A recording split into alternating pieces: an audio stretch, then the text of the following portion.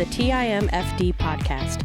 Today is my favorite day is about appreciating every day as it comes, no matter what life throws at us. We hope that this podcast speaks to you. And if it does, please like, share, and comment.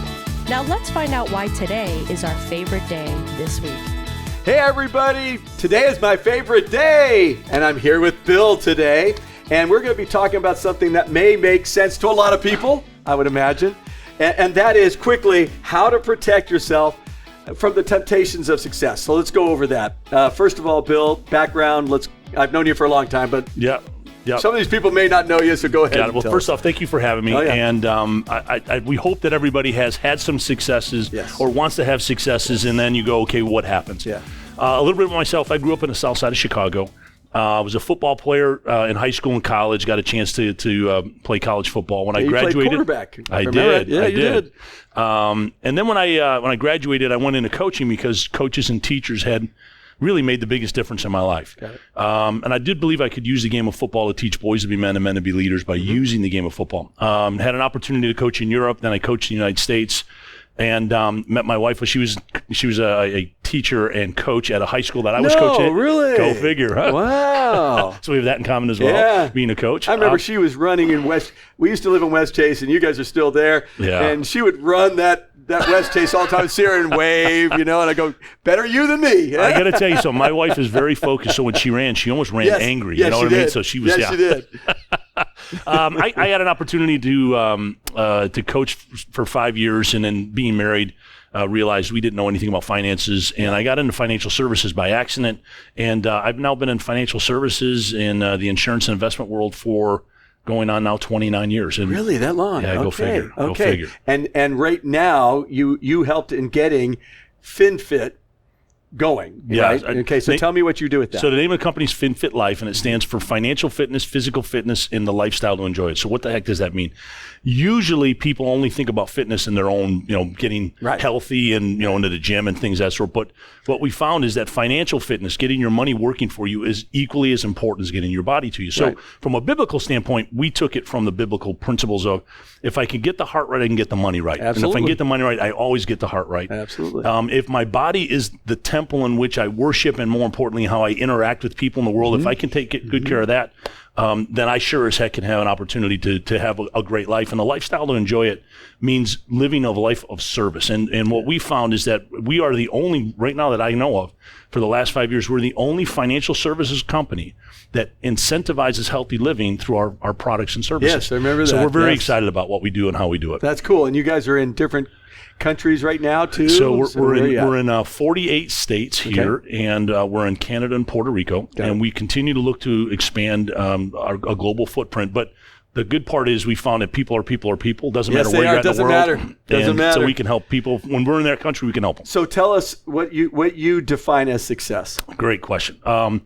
Success seems to be one of those moving targets. You know what I mean? For everyone, it seems to be different. So the simple thing is, success is usually you having a desired outcome and you hit it. Yeah. If you're the easiest thing to do in sports, hey, we want to win the championship. I win the championship, I achieve the goal. But it usually is winning at least a game or whatever. Yes.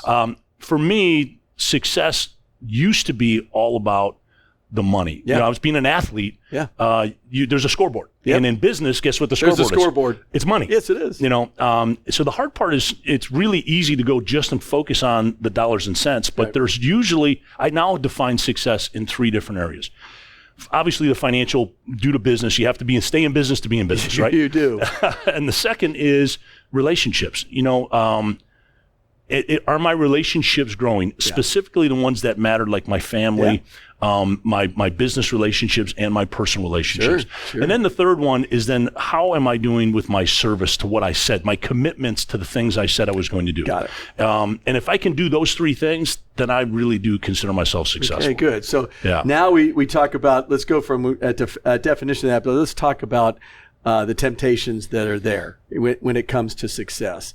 Ego and pride become a major. And both of us, you competed in football. I've lived it. Sometimes I'm still there. And I competed in track and field in college myself. So the two of us do understand the athletic side of it, of the ego that just It's all me, myself, and I, man. I've got to get my body in the way, my mind, my body, and I got to beat everybody else, right? I mean, that's kind of the idea. It's exactly right. Yeah. First, to go one step into the pride piece. Yeah. You don't even realize how prideful you become when you start to become successful because you go, oh, it's just confidence. But there's a difference between confidence and pridefulness. Yes. And usually it comes, hey, I want to win. And people that are winners, usually they don't like winning as much as they hate losing. They just hate losing, you know. Losing. And I can attest to that. I can't stand losing in anything. Yeah, it doesn't matter, even if it's card or dominoes or whatever. I just played a game of Cranium, this game Cranium, with the men and the women at a party that we just did. And there were three of the men, they were just, you could tell, just high type A's and had to win. We were wanting to crush the women. Yeah, I mean, of course. I went, really, what are we doing? You know, after the game, but we still high-fived each other. And just, of course. So I get it. Yeah, the way that I have found pride always sneaking in is it's either all about me, or it becomes all about the reputation and the respect and things of that sort. And when there was a guy named Mike Brooks. He was a very dear mentor of mine. He said, Bill, how come you're always looking for that like data boy, that recognition? And I said, what are you talking about? He says, you do it all the time. And I said, well, give me an example. And he goes, I can't yet, but when it comes up, I'll do it. And sure enough, you know, in our discussion, it came up again. And he said, where does that come from? And this is my response to him. I was trained that whenever you're in speaking engagement or you ever walk into a room, you want everybody to feel your presence. Okay. And he said, well, what if you walked into the room and nobody knew who you were? Yeah. And you did your thing. You shook hands and kissed babies and said hello to everybody. Basically. And you did what you normally do. Yes. And you'd leave and everyone goes, hey, who was that guy? Yeah. Would you be okay with that? And I honestly had to answer the question, no. I wouldn't be. They need to know who I am. And he said, there's my friends of pride. There's pride. Absolutely. And it happens everywhere. By the way, in the pastor world, that is a big problem among everyone. Yeah. Because you get caught up into that. And it's a danger because it could affect the marriage. It could affect a lot of things. I know Tanya came to me early on in our church, and I was doing sermons the way I wanted everyone to respect me. In the way I was doing it. It sounds kind of funny, but that's what guys do. They get caught up into the ego of that, right? And she looked at me and said, David, do you want me to come to your church? I mean, like, we're early in the church. I'm looking at her going, of course.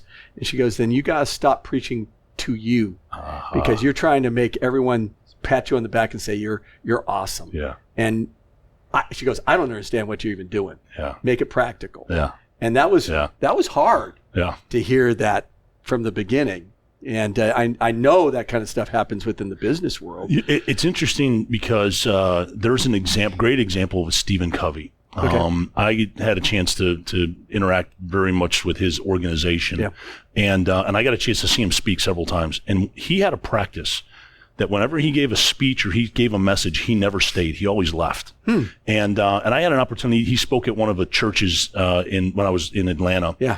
And I got a chance to do a luncheon with him after, and I'd asked him, Mr. Covey, how come you always leave? Yeah. And he said, I never want to be the messenger above the message. Yeah. He said, and pride for me is that when I stand there and they tell me how great I am, they forget about the message. And it's always stayed with me. Yeah. Always stayed with me. What's funny is I know for me, I learned very quickly. If someone says, wow, that was great, there's about at the other side that's saying that was horrible. Of course. And what I do is just kind of go, it doesn't matter. Whatever God wants is, and that gives me a lot of peace now. Yeah. Now that I'm older, now when I was younger, that was harder. Yeah. But now it's like, I'm going to do what I know God wants me to do, and then I'm going to say hi to everybody. So I'll go the complete opposite of him. I want to be around people, but it's more about just loving on folks. And I really don't care what they're saying. It's your style. About that. Quite honestly, there's you got to find your groove. Yep. Because some people are tilted one way versus the other. Yes. Some people are introverted. Some people are extroverted. Yes. And obviously Stephen Covey was more introverted than he was extroverted. Yeah. And there's a lot of pastors like that, just so you know. And in the business world, the introverts won't interact too much with everybody because they're so focused. My wife's like this, so focused on what they're going to speak about. And then afterwards, they're exhausted. Yeah. Right? Yeah. Still do an awesome job, but exhausted. For me, I need to be saying hi to people beforehand to slow me down. That energizes you too. And it also slows me down to get me stable to go, okay, I know what I'm going to be talking about. God has already shown that to me. I've studied it. Yeah. Now it's a matter of getting out there. For you, you're an outgoing guy. I mean, you could go out and say hi to, to a rock. It looks like, Might not talk to me, but I'll be talking to it, right? Exactly. Because I see that at church, and that's awesome because that's how I'm built. How does that work on a larger scale? Because, obviously this is not a large scale. You're in a large scale situation and have been. Yeah. And the temptations that come on a large scale may be the same as a small scale, but tell me, what would some of those be? There's let me touch on a point of success that is really critical for people. Okay. You can have small successes or big successes, and as you start getting successes, you start getting momentum. Yep. And when you start building momentum in your life, you kind of go into this flow state. It just, things start to click for you, and all of a sudden things start attracting to you. Yep. And I've lived my life by the saying that when I change, everything around me changes, and when I get better, everything around me gets better. And there's several biblical principles in that in terms of life transformation. When you meet Christ, he calls you by name. That's right. It changes your life. That's right. All of a sudden, everything changes. When you're going through that momentum part, and these things are starting to be attracted to you, it's really easy to think that you deserve this. Whatever it is, I deserve the glory. I deserve that. Yeah. And the second part of that is when you start going on that journey to get some success, you'll realize that people then will start putting you into a different category. Oh, they put you on a pedestal. Absolutely. And I know that for you were in a very large business. Yeah. And I mean, you were the man. And there's a lot of guys that are the man, and I get that. But you were one of those kind of guys, and you are today in a different way because I think your mindset's different. But back then, your mindset was Mr. Power, right? Yeah, and that's exactly where most people end up. Pridefulness comes in that two pieces of power and dominance. Yes. Or it's all about me. And I like it when I can take a step back. It's called the self-deprecation. I'll just take a step back and I'll pretend like I'm not, I'm very humble, and all of a sudden, you know what I mean? My humility. Yeah, exactly. But give it to me more. That really is a thing. It's a thing. I know it is. It's That's the funny part. So for you have this success now with FinFit. You're doing what I think you really are called to do. Yeah, you're kind of like the pastor to your company. I look at it that way. Yeah. I remember you and I talking about that. I do. And I see that. I look at pastors as I know that they're very imperfect, because I am. I know that they have the same ego problems, the same temptations, the same struggles as anyone else. So I never look at pastors or business leaders, and I never look at them and go, wow, look at them. All I do is I look and go, wow, yep, same guy is going to, if he doesn't have his head on straight and looking at Jesus, could get torn down quickly. That's right. Right? No, without a doubt. And I know you experienced that. Without a doubt. You were at a high place. At the peak of my professional apex. Yes. I was at the lowest I was morally, spiritually, emotionally. And my drug. How does that happen? My drug was power. Oh, okay. That was my drug. That was my drug. And it shows up in a lot of different areas. What I found, so there's now, what I love about Jesus and I love about God is he's a God of second chances. Absolutely. And transformation is real if you submit. And there's obviously 2 Chronicles 7:14 is my verse. A big deal. It's a big deal. The healing of the land means that you've changed. And there's two main points I want to touch on this. In that process, what kept me on the straight and narrow is I never wanted to lose God's favor. Yeah. God's favor, when he gives you that second chance, it gives you freedom, which is unbelievable. But the second is you now value covenant relationships totally differently. And the only way that you can really stay out of harm's way when you do have some success is you need to have a covenant relationship with people around you that will keep you on the straight and narrow. And I remember there was I don't know if it's true or not, but I believe it was one of the Caesars, the great Caesar story is that as he was walking, pretending he was God, there was a man whispering in his ear and saying, "You're only a man." That's right. You're only a man. That's it. And that's a covenant relationship is that they want the best for you, but they also want to make sure that you understand you are who you are. You've been given gifts and those responsibilities to be true to those gifts. And your calling is critical. You need to know people that know you. When I say know, I'm talking about the KNOW. They know you, but also the know people, the NO people. That's right. That are okay is saying, no, that doesn't work. Yeah, that's right. Right? That's right. And Michael Jackson, Prince, these are great, musicians and singers that had much power, but they didn't have any know people around them. Unfortunately. And because of that, they died young because people could have stopped. Very true. Some of that stuff. So that happens in the business world. We know that. It sure does. And I know when you say 2 Chronicles 7:14, it's just so you know, it's if my people who are called by my name will humble themselves and pray and seek my face and turn from their wicked ways, then I'll hear from heaven, forgive their sins, heal their land. And right? heal their land. That's exactly right. That's a gigantic verse and so powerful. And that's something you put to your mind. That's exactly right. Okay. Yeah. What has kept me on the straight and narrow is God has given people that follow him 3 steps, 3 tools, not steps, 3 tools. The first tool is God's word. Yep. When you know the words, and in that word is the promises. And if you understand the promises, he always delivers on the promises. So that keeps you on a straight and narrow. The second is covenant relationships. Yep.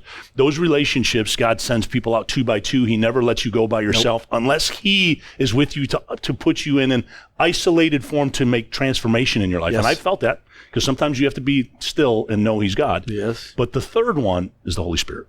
Yep. That tool of understanding that when God comes in you and you submit to his will, man, all of a sudden magic happens. That's right. And that's where willpower, self-control comes in. And where I see pridefulness and issues that go on with very successful business people is there's usually a lack of self-control in one or more areas of their life. So the fruit of what he's talking about is the fruit of the Spirit. Yes. The Galatians 5, the love, joy, peace, patience, kindness, goodness, faithfulness, gentleness, and self-control. That's right. And that is a gigantic problem. Yes. And without a personal relationship with Jesus, so we're talking not just for Christians because we're both Christians, but talking for business people, corporate people, moms or dads, right? Anybody who's in charge of anybody.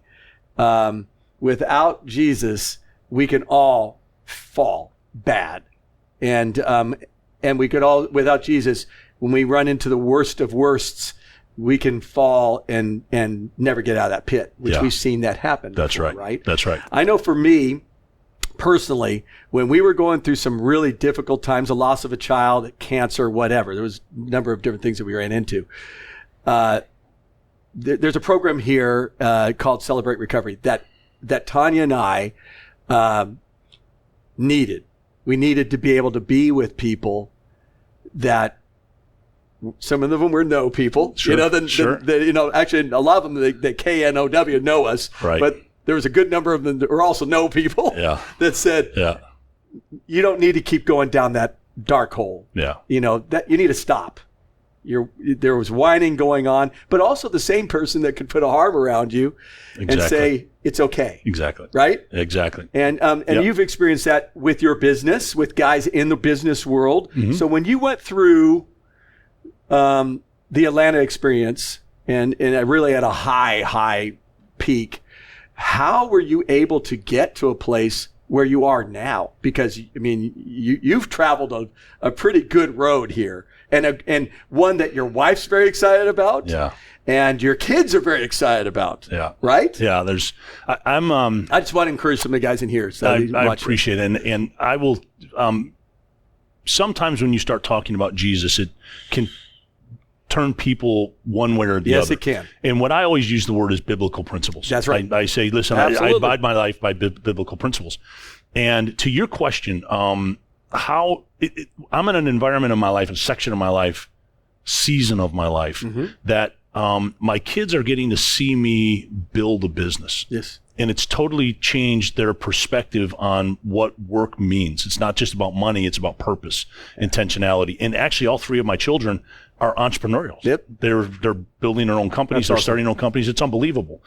The second is there's a renewed, because of biblical principles, there's been a renewed commitment of listening and understanding what it means to be a husband, call it the head of the household, to my wife. Yeah. And it's to give my life for that. Yes. And just as Christ gave it for the church, I'm to do that for my wife. Ephesians chapter 5. Chapter 5, that's right. Huge, big deal. Yeah.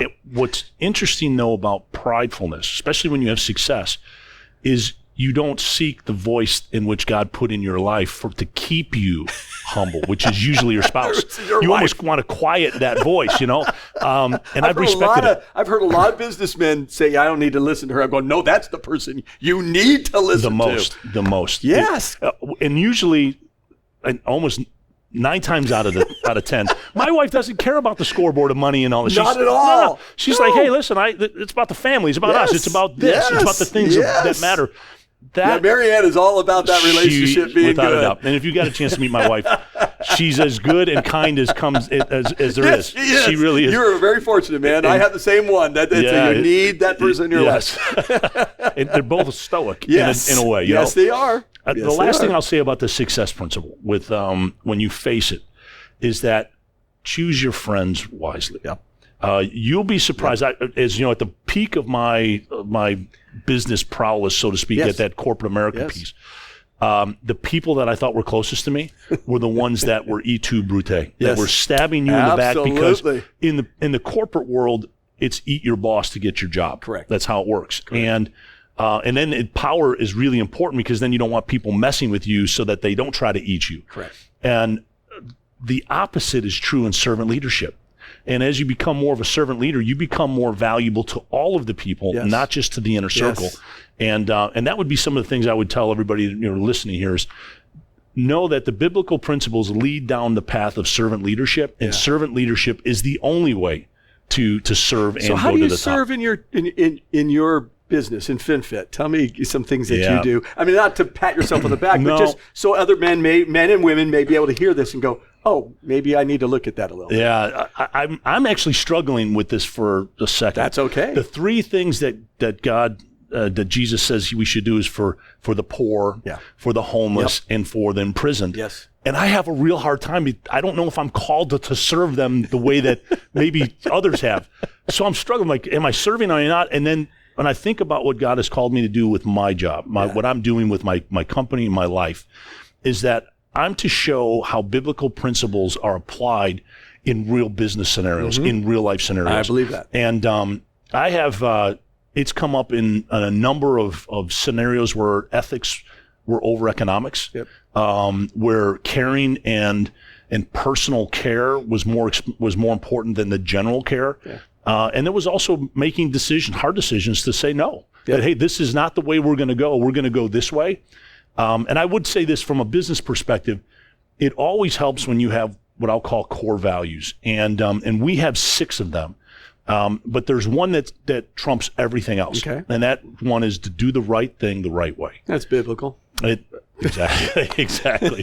And if you don't have that, if you don't have that governing guide, it's really hard. It's really easy to do what's easy and profitable, but not for the long run, but for the short run. Yes. Yeah. Yes. And so doing the right thing is vital. Exactly. Yeah. So for you, I believe that you are to be, it sounds funny, but the evangelist partially within your business. And when I say evangelist, do the right thing.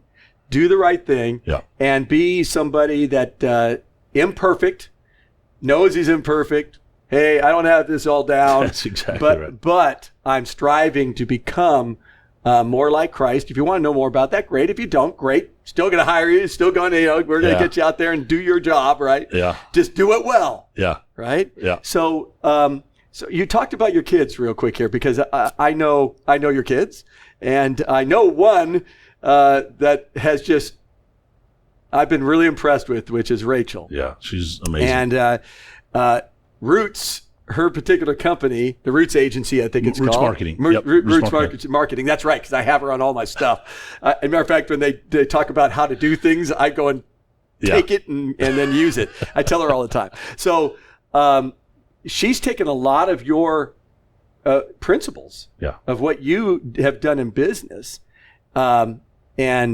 I think because she saw you in your lowest spot and also seen you in some of your greatest spots, and she sees that.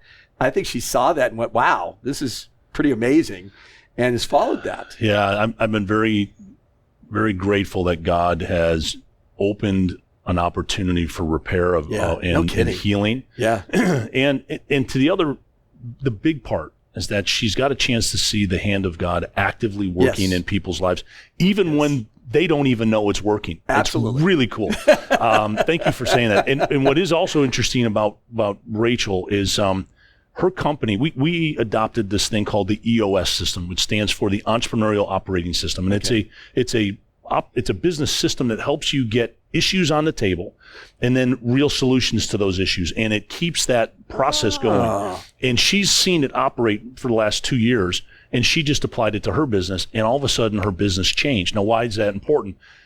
A lot of times when you have success, that you rest and rely on momentum, and you stop looking at the things that you need to be looking at to address them, which are many of the issues. And what's really cool about all of my children is they see me doing that in my real life, in my home life. When I say, when you change, everything around you changes. When you get better, everything around you gets better. There are always things that God is going to point out to you, or that your spouse will point out to you, to say, you might want to take a look at this. Yeah. And usually that's the time when you can get sharper. And one last thing I'll mention, when you have momentum and success, it's really easy to get lazy. It's really easy to get lazy. I've heard that. Lazy with your words, lazy with your thinking, lazy with your emotions, lazy with the way that you execute. And that is the first chink of the armor that can take somebody down. So what I'd like to do is the EOS, for one, I'm going to talk to you about that because I'd like to implement that within the church and our management team. So I do need to talk to you about that. That'd be very helpful. Yeah, that would be a good thing. Because we are growing and we need to take this momentum and keep it. Yep. And so, because I believe God has some cool things for us, just like he has, I know, some cool things for you. Absolutely. And so we'll have you, if you don't mind, we'll have you on a different time for that. No problem. But my thing is that for you, what I have seen is someone that has hit the highest of highs, really, as I look at that, some of the lowest of lows, and back up high again, but with a totally different way of thinking. I've known you for a long time. We have. We've known each other almost 30 years. I know. And I've seen the big change, and I've seen the big change in me too. Yeah. So, I mean, but it's really neat to see see the success taking place in your life and honestly in your kids' life and with your wife. Because your marriage is in a good place, man. Yeah, it's awesome, isn't it? It's a really cool thing. I know and I don't take it for granted. Oh no, you can't. No. And she smiles. She's smile lady now. Yeah. At one time she wasn't so much, and now she's very much. Like we had her greeting last week. I talked about service, and then I called her up and said, "Hey, can you serve?" And she's going, "Wow!" And she said, "Who knew?" She's Mrs. Greeter. She's now Mrs. Greeter. And but she was one big smile out there, and just you can see the joy in her. That has a lot to do with what's happened with you, what's happened with God in you, and what Jesus has done, and Holy Spirit living in you. Yeah. And getting out there and having a good time. Yeah. And so I want to compliment you on that. Thank you. You have experienced success. You've experienced success in different ways. And the success I see now is the success of a man who's seeking Jesus imperfectly as you are. And same with me. Yeah. There are days, for me, last night was not a good night. I was like grumpy and everything else of the sudden. But I'm okay. I'm good with telling people that I have bad days all the time because that's normal. Let me make one comment on this. That what you just described, our company right now, we're growing. And we've got a lot of really good things happening. But we're not growing to the way that our potential could be. So it's really easy. And we have a lot of issues that are going on. Marketplaces change. Everybody's. Yeah. And I had a talk with our whole team, our internal home office team. And I said, I want you to know this is going to be really hard. Yeah. And you're going to go through a lot of trials and tribulations and struggles. And I want you to know that the very best work is going to come from this, and you're not even going to know it. Yeah. And the reason why is because now you're not seeking for the glory, you're seeking for the accomplishment to solve the problem. Yes. And it just, I want to make one comment about what really impressed me in you and in the church, and what I saw is when the lowest part of the church experience, and I watched how you handled it, and I watched how you had the leadership team within the church handle it. Yeah. That was a true demonstration of being mindful, of being God-centered, and being gracious and merciful at the same time as trying to say, I am not walking away from my accountability. Nope.